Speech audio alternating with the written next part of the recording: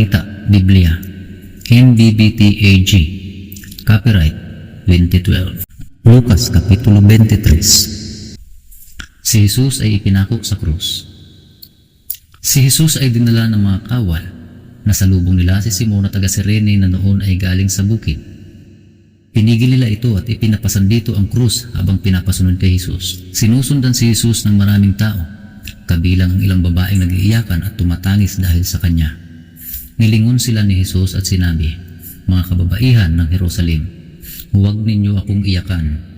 Ang tangisan ninyo ay ang inyong sarili at ang inyong mga anak.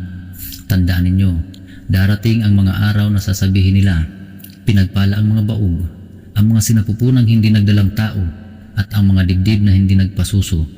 Sa mga araw na iyo'y sasabihin ng mga tao sa mga bundok, gumuho kayo sa amin, sa mga burol, tabunan ninyo kami, sapagkat kung ganito ang ginagawa sa kahoy na sariwa, ano naman kaya ang mangyayari sa kahoy na tuyo?" May dalawa pang kriminal na inilabas ang mga kawal upang patayin kasama ni Jesus. Nang dumating sila sa isang bundok na tinatawag na Bungo, ipinako nila si Jesus sa krus. Ipinako rin ang dalawang kriminal, isa sa kanyang kanan at isa sa kanyang kaliwa.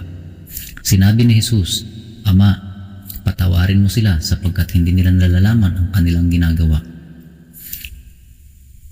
Nagpalabunutan ang mga kawal upang paghati-hatian ang kasuotan ni Jesus.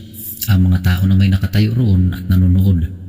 Habang si Jesus ay kinukutya ng mga pinuno ng bayan, sinabi nila, "Iniligtas niya ang iba. Iligtas niya ngayon ang kanyang sarili kung siya nga ang Kristo na hinirang ng Diyos." Nilaitin siya ng mga kawal. Nilapitan siya ng isa at inalok ng maasim na alak. Kasabay ng ganitong panunuya, "Kung ikaw nga ang hari ng mga Hudyo, iligtas mo ang iyong sarili." Mayroon ding nakasulat sa kanyang ulunan sa wikang Griego, Latin at Hebreo, "Ito ang hari ng Hudyo." Tinuya rin siya ng isa sa mga salaring nakapako sa tabi niya, "Hindi ba ikaw ang Kristo? Iligtas mo ang iyong sarili at pati na rin kami." Ngunit pinagsabihan naman ito ng kanyang kasama, "Wala ka na bang takot sa Diyos? Ikaw ay pinaparusahan ding tulad niya. Tama lamang na tayo ay parusahan ng ganito dahil sa ating mga ginawa. Ngunit ang taong ito ay walang ginawang masama." At sinabi pa nito, "Jesus, alalahanin mo ako pag naghari ka na." Sumagot si Jesus, "Sinasabi ko sa iyo, isasama kita ngayon sa paraiso."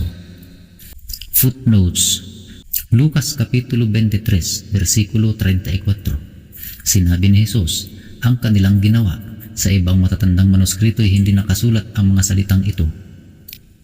Lucas Kapitulo 23, versikulo 38. Sa wikang at Hebreo, sa ibang manuskrito ay hindi nakasulat ang mga salitang ito. Ang pagkamatay ni Jesus.